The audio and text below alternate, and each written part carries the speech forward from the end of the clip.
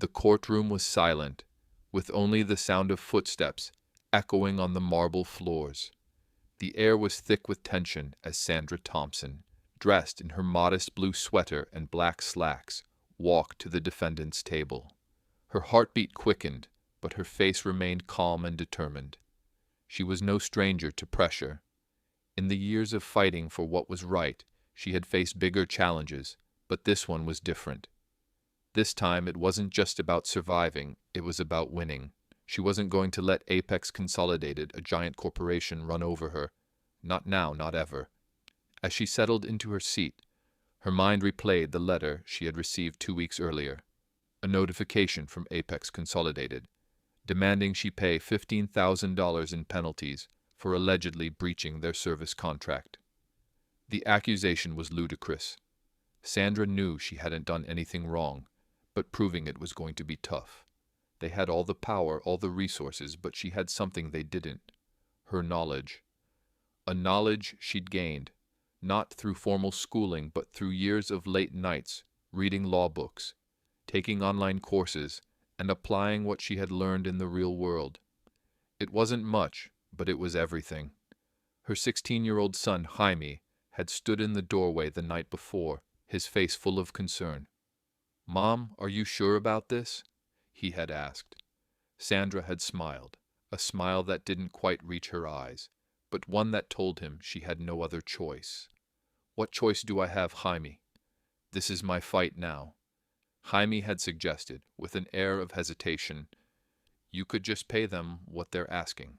But Sandra knew that wasn't an option. If she gave in now, she'd never stop giving in. Besides, that money was the future. Her savings meant college for Jaime, not letting a corporation steal it. "I've got this," she had said, more to herself than to Jaime. Now here she was, standing alone in the courtroom, facing the judge. Judge Robert Stanford, known for his no-nonsense attitude and brutal decisiveness, had already made his first judgment. He didn't think much of Sandra Thompson. He glanced at her over his reading glasses and asked in a voice laced with mockery, "Miss Thompson, perhaps you'd like to explain the legal precedent to the court." Sandra straightened her back, her hand steady as she reached for her folder of evidence. There was no room for mistakes here, no room for second chances. The courtroom, filled with the quiet rustling of papers and murmured conversations, fell into a tense silence as all eyes turned to her. She was no longer just a defendant in a suit. She was a woman on a mission. Sandra's opponent, Jonathan Mercer, a sharp-dressed attorney for Apex, stood with the air of a man who had already won. He carried himself with the confidence that came from years of high-powered legal battles and a paycheck that guaranteed his comfort. He spoke first, outlining the accusations with ease, his voice confident and steady as he presented their case. "Your Honor," Mercer began, "this is a simple breach of contract. Miss Thompson signed an agreement for security services with our client, Apex Consolidated. She failed to follow the cancellation terms outlined in the contract, and now refuses to pay the penalties." Sandra took notes carefully, her handwriting neat and precise. She wasn't intimidated by Mercer's polished performance. He was the typical corporate attorney, smooth, slick, and completely detached from the reality of people like her. She, on the other hand, was real, and she had proof. When Mercer finished, Judge Stanford turned his piercing gaze onto Sandra. "Miss Thompson, your response?"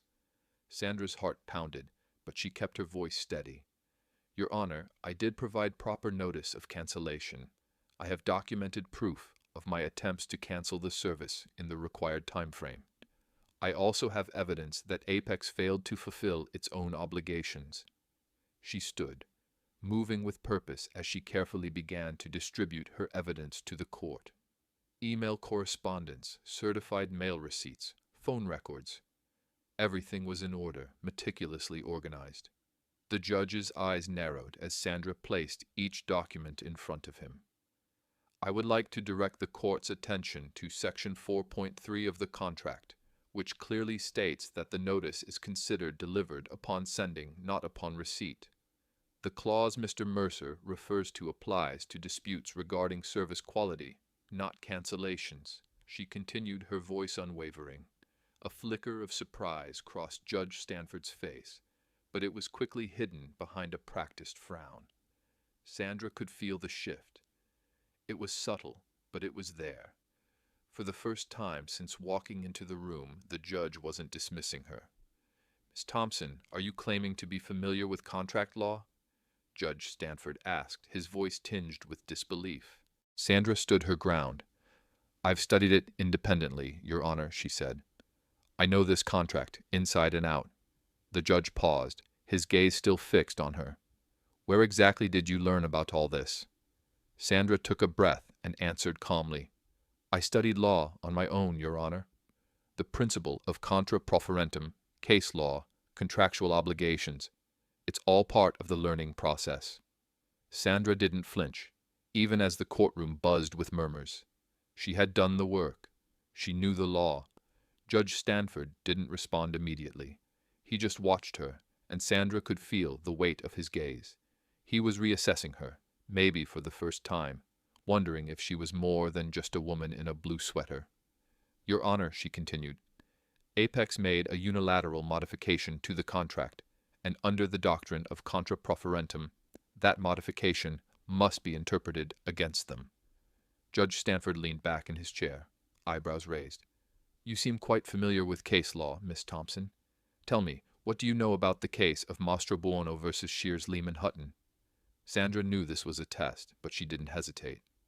The Supreme Court held that when a contract contains both an arbitration clause and a choice of law provision, the ambiguity must be resolved in favor of the party who did not draft the contract, she said.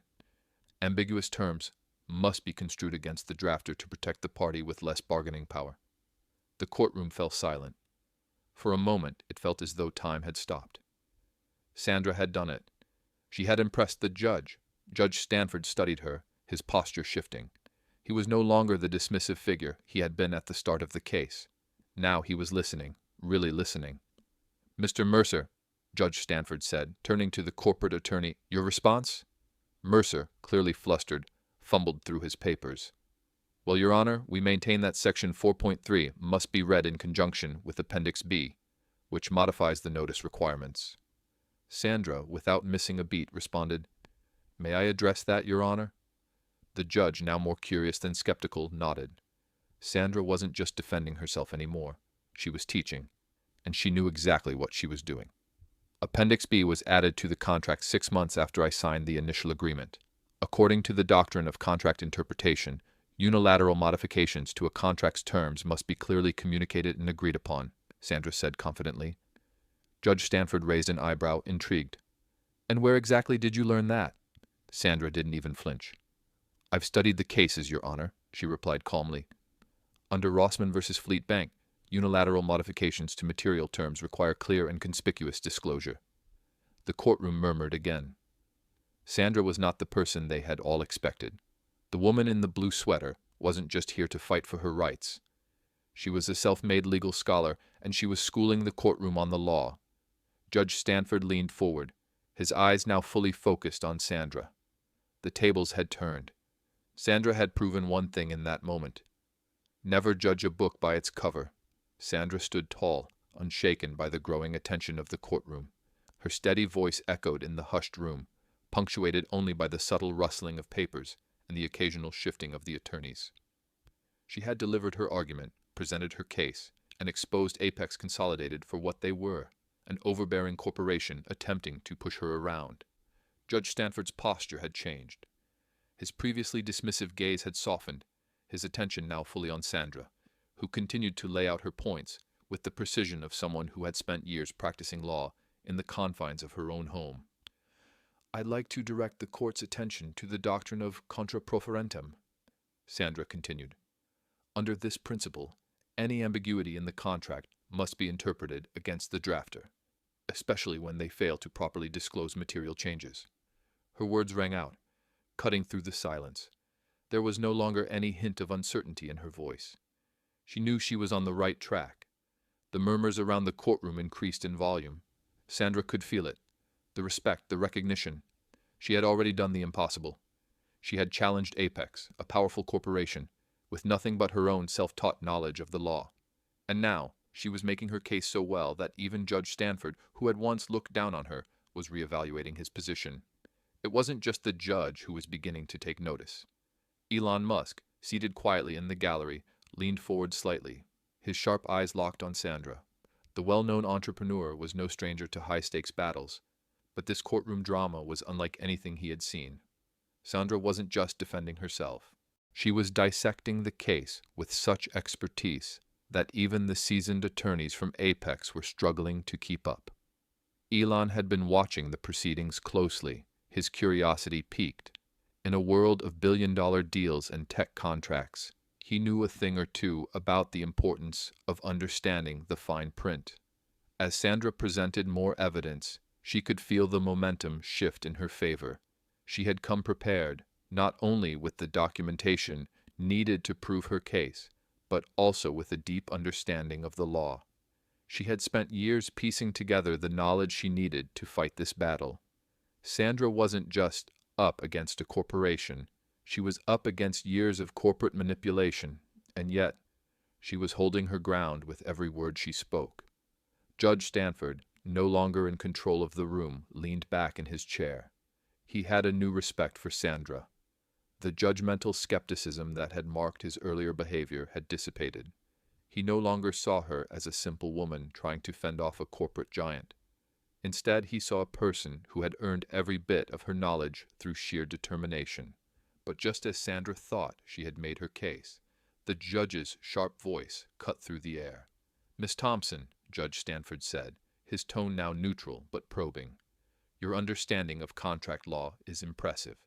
But there is one more issue I must address. Apex's counsel has raised the matter of arbitration." Sandra's heart skipped a beat. The mention of arbitration, with its potential to shut down the case entirely, was a serious threat. Apex's lawyers had hoped to resolve the matter through arbitration, which would have meant Sandra losing her chance to present her case in the courtroom. Arbitration was a mechanism used to avoid court proceedings, often favoring the party with more resources, like Apex. Sandra stood up, her posture straight and confident. She knew exactly how to handle this.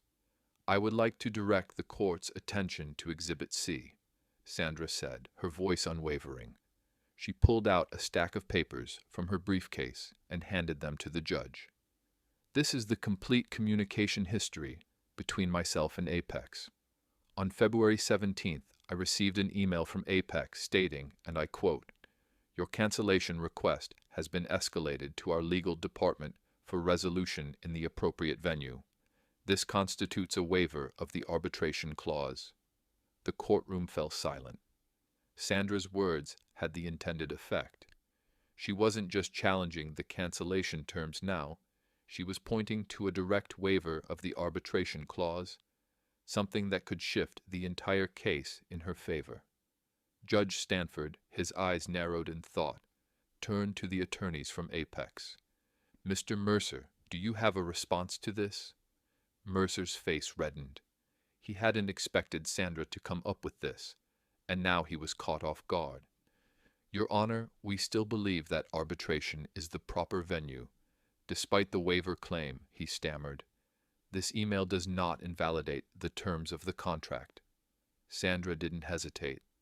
"Your Honor, I'd like to further emphasize that under the principle outlined in Howard Ver's Feral Gas Partners, the waiver of arbitration must be recognized as binding. Apex's own communication admits that arbitration is no longer the required process." The courtroom was buzzing now.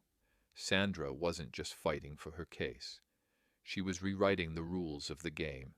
The attorney from Apex shifted uncomfortably in his seat, unable to counter her claims effectively. Judge Stanford, clearly interested in Sandra's argument, turned his attention back to her. "Miss Thompson, I'm impressed. You've clearly done your research. But let's take this a step further. You've referenced a number of cases. But what about AT and T Mobility Chi? Concepcion? How does that fit into your argument?" Sandra's mind raced. The question was designed to challenge her knowledge further, to see if she could handle the complexity of legal precedent. But she had already studied the case thoroughly. Yes, Your Honor, she replied confidently. The Concepcion case upheld arbitration clauses in general, but it also emphasized that such clauses can be invalidated under the doctrine of unconscionability, particularly when they impose an unreasonable burden on one party. The judge's eyes widened slightly. Go on. Sandra continued. In this case, Apex requires arbitration to take place exclusively in Phoenix, Arizona, despite the fact that I reside in Virginia. This creates an undue burden that effectively denies me access to a fair and equitable dispute resolution process. The judge's fingers tapped on the table thoughtfully. The arguments Sandra was presenting were no longer just academic. They were practical, compelling, and rooted in real-world consequences. Sandra had laid the groundwork for a powerful legal argument, and the judge knew it. This is very interesting, Miss Thompson, Judge Stanford said, his tone shifting once again. You've clearly studied this matter in depth, but let's make one thing clear. You don't have formal legal training. How did you come to know so much about these cases? Sandra felt the weight of the question, but she stood firm. I've studied law independently, Your Honor. I've always believed in self-education. And when it comes to something as important as this case, I knew I had to be thorough. Elon Musk, who had been watching with increasing interest, exchanged a glance with a colleague. He was impressed. Sandra Thompson wasn't just a self-taught legal expert. She was proving that knowledge and determination could level the playing field, even in a courtroom filled with seasoned professionals. Judge Stanford turned to the Apex attorneys. Do you have any further comments on Miss Thompson's arguments? Mercer shuffled through his papers, clearly struggling to maintain control. Your Honor, we would need to check our records regarding the waiver, he admitted, his voice faltering. We cannot confirm whether the arbitration clause was waived without further review. Sandra had caught them off guard again. It was clear to everyone in the room that Apex was scrambling to find a way out of the corner she had backed them into. Judge Stanford sat back in his chair, his expression thoughtful. He had underestimated Sandra at the beginning, but now it was clear that she was more than capable of handling this case on her own. Very well, the judge said. I suggest you check your records, Mr. Mercer. Miss Thompson, you've made your case. We'll reconvene tomorrow, and I expect you both to have all the necessary documentation ready. As Sandra returned to her seat, she couldn't help but feel a sense of triumph. She had done it. She had stood up to the system, and for the first time, the corporate lawyers were the ones on the defensive. The courtroom was quiet now, a stillness that was almost oppressive. Sandra had made her case, and she could feel the weight of the room's gaze upon her. Judge Stanford, usually composed and unflappable, was leaning back in his chair, his hands steepled deep in thought. The Apex attorneys, once brimming with confidence, were now visibly uneasy, shuffling through their documents, exchanging hurried whispers. Sandra, however, remained calm. She had come prepared for this moment. She had trained herself to think like a lawyer, even when life had denied her the chance to attend law school. This was her moment, the culmination of years of self-education, determination, and an unshakable belief in doing what was right. Judge Stanford broke the silence, his voice cutting through the tension in the room. Miss Thompson, I've reviewed your submission, and I must say, your understanding of contract law is exceptional. I'm particularly impressed with your interpretation of the waiver clause in relation to arbitration. But there is one issue we must address: the fundamental question of whether this case should even be in court. Sandra felt her stomach tighten. She knew what he was getting at. Arbitration. It was the last defense the corporation had, the one tool they could use to avoid a full trial. If Judge Stanford ruled in favor of arbitration, the case would end here, and Sandra would be denied the chance to make her full argument. The arbitration clause is clear, Judge Stanford continued, and Apex claims that the dispute should be resolved in that forum. So, Miss Thompson, why are we even in my courtroom? Sandra took a deep breath. She had anticipated this moment, but it still wasn't easy. The stakes were higher now. Her heart raced, but her hands remained steady as she reached for her folder of evidence. She couldn't afford to stumble now. Your Honor, she began, her voice steady, I direct the court's attention once again to Exhibit C. In the communication I received from Apex on February 17th, they clearly stated, and I quote, "Your cancellation request has been escalated to our legal department for resolution in the appropriate venue. This constitutes a waiver of the arbitration clause." Sandra looked around the courtroom, making sure everyone understood the significance of this statement. Apex has already waived their right to arbitration. They sent me this email. They admitted in writing that arbitration was no longer necessary. There was a shift in the room. Apex's attorneys exchanged a glance, their faces betraying their unease. Sandra had already made the case for arbitration's irrelevance, and now she was pushing harder. The once confident corporate team had been taken aback by her knowledge and the precision with which she was dismantling their arguments. Judge Stanford, still thoughtful, nodded slowly. "And are you suggesting, Miss Thompson, that Apex's communication to you serves as a binding waiver? That they have effectively eliminated the arbitration clause entirely?" Sandra met the judge's gaze, unwavering. "Yes, Your Honor. Apex's actions speak louder than the terms in the contract. They made the decision to escalate the issue to their legal department. They chose the venue. They waived arbitration by their own admission." Elon Musk, who had been quietly observing the proceedings, sat up straighter. His expression was one of intrigue, as though he were watching something unfold that he hadn't expected. Sandra's argument was compelling, and she wasn't backing down. Musk's analytical mind couldn't help but recognize the tenacity and clarity with which she was handling herself. The judge was now fully engaged. "Miss Thompson," he said, leaning forward slightly, "you've referenced several cases throughout this trial. You've cited the Rossman versus Fleet Bank case, as well as the unconscionability doctrine in AT&T Mobility versus Concepcion. Tell me, what do you know about Chavaria versus Ralph's Grocery? How does that case impact your argument?" Sandra's heart raced again. The judge had just mentioned a case that wasn't immediately familiar to her, and she could feel the weight of his gaze. He was testing her. This was the moment where many would falter, where the untrained would stumble. But Sandra had always believed in being thorough. She wasn't about to let him down now. "I'm familiar with the case, Your Honor," she said calmly. "Chavaria versus Ralph's Grocery involved a challenge to an arbitration clause in a consumer contract. The court ruled that the clause was unenforceable because it was hidden in fine print and not clearly disclosed to the consumer. The decision reinforced the idea that arbitration clauses, particularly in consumer contracts, must be transparent and not impose undue burdens on one party." Sandra continued, her voice growing more confident as she spoke.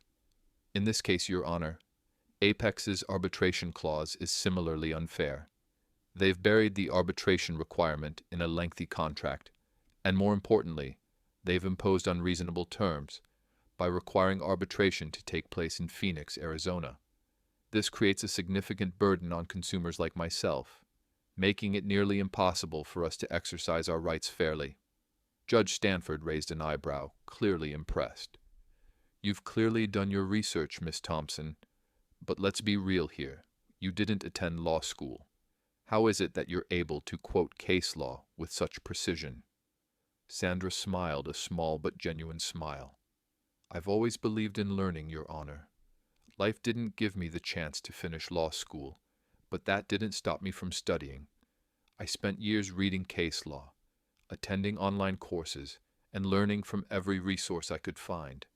I may not have a formal degree, but I know the law, and I'm here today to prove that the law is on my side." Judge Stanford leaned back in his chair, clearly impressed. He had never expected this from someone without formal training. Sandra Thompson was no longer just the underdog. She was a force to be reckoned with. And it was clear to everyone in the room that Apex's position was no longer as secure as it had seemed. The room was silent as Judge Stanford turned to the attorneys from Apex. "Mr. Mercer," he said, his voice sharp, "do you have anything further to add?" Mercer, clearly rattled by Sandra's thoroughness, shuffled through his notes. "Your Honor, we still maintain that the terms of the contract are clear and enforceable. Sandra quickly responded. With all due respect, Your Honor, the terms were neither clear nor enforceable. Apex failed to properly disclose the modifications to the contract, and they've waived their right to arbitration by sending me that email. The judge turned back to Sandra, his tone now less dismissive. Very well, Miss Thompson. I'm going to take all of this into consideration. Apex, I suggest you review your records carefully. I will reconvene tomorrow to discuss the next steps. The courtroom began to clear, but Sandra stayed seated, her hands still gripping the documents. She had done everything she could. Now all she had to do was wait. Outside, the air felt different. It was crisp, the early evening sky painted in shades of orange and pink. Sandra walked slowly, her thoughts swirling. She had fought hard, and now there was hope. For the first time in years, she felt like she might actually win this battle. As she walked to the bus stop, her phone buzzed in her pocket. It was a message from Jaime. Good luck, Mom. I believe in you. Sandra smiled to herself, her heart swelling with pride. She wasn't just fighting for herself. She was fighting for Jaime, for their future, for every person who had ever been told they couldn't make it. Tomorrow the battle would continue, but Sandra knew one thing for sure. She wasn't backing down. Not now, not ever. The next day, the courtroom was filled with a palpable tension. The once quiet whispers from the previous day had turned into full-fledged murmurs. Sandra Thompson had done the unthinkable. She had stood her ground against a corporate giant, and now everyone in the room knew it wasn't just about the $15,000 anymore. It was about something far bigger: justice, knowledge, and the fight for what was right. Sandra entered the courtroom, her stride confident, her head held high. She had fought hard for this moment, and she wasn't about to let it slip away.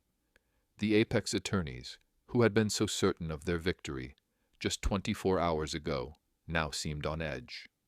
They had underestimated her from the start, but now it was clear.